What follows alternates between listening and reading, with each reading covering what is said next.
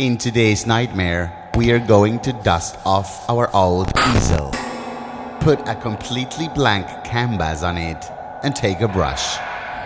Since we are going to paint a story. A terrifying story.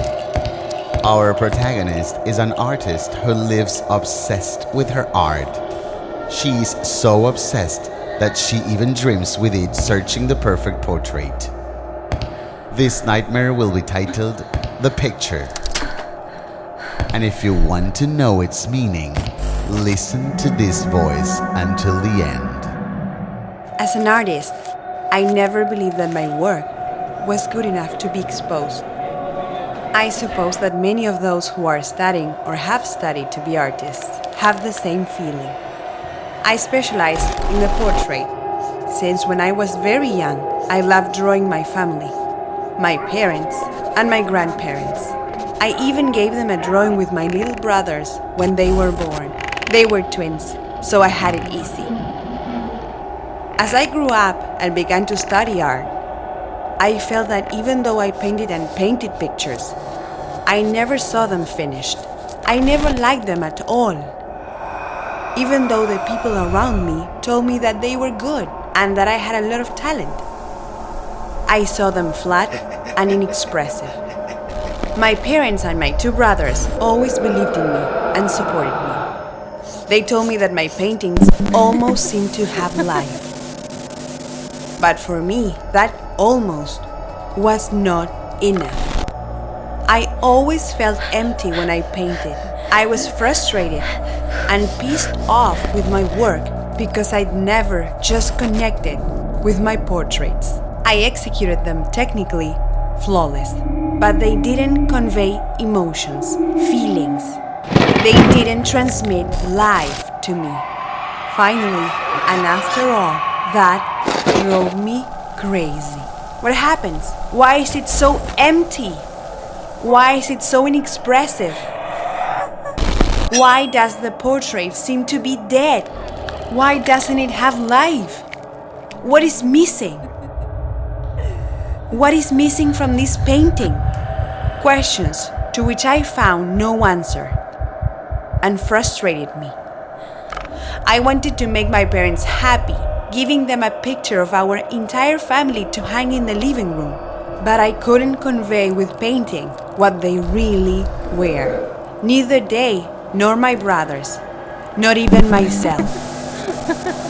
My frustration reached such a point that it hit the canvas, scratched the sofa, and beat my fist with viciousness.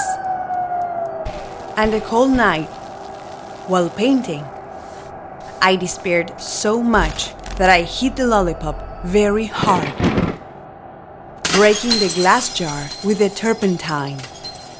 I cut my hand deeply and began to bleed in abundance, but I was so immersed in the process of painting that I did not give it importance and continued working. What I did not understand at that time was that I had faced with the ingredient that I had always needed. While painting, my hand dropped red threads of blood. He had finished the most beautiful portrait he had ever painted. A picture of my whole family, my parents, my little brothers, all smiling, posing in the dining room of our house, and me pictured in the center. And the most ironic thing, that once my best work was finished, the perfect painting, I began to notice that something was still missing, and that my portrait, shining and smiling like the rest of my family, stopped shining and stopped smiling. At that moment, I realized that I had not yet given everything of myself to have the perfect picture. What an obsession, right? Obsessive-compulsive disorder related to perfectionism is a common symptom and felt by people who are dedicated to the field of art. Although not all, of course.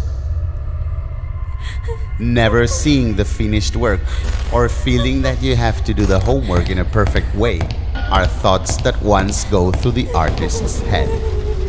Another thought that leads us to have this type of nightmares, related to perfectionism, is to be afraid of failure. I hope you enjoyed while having a bad time with us, and better yet, that you still want more. See you in the next video, and remember, when there is no space in your dreams, nightmares will walk on your bed.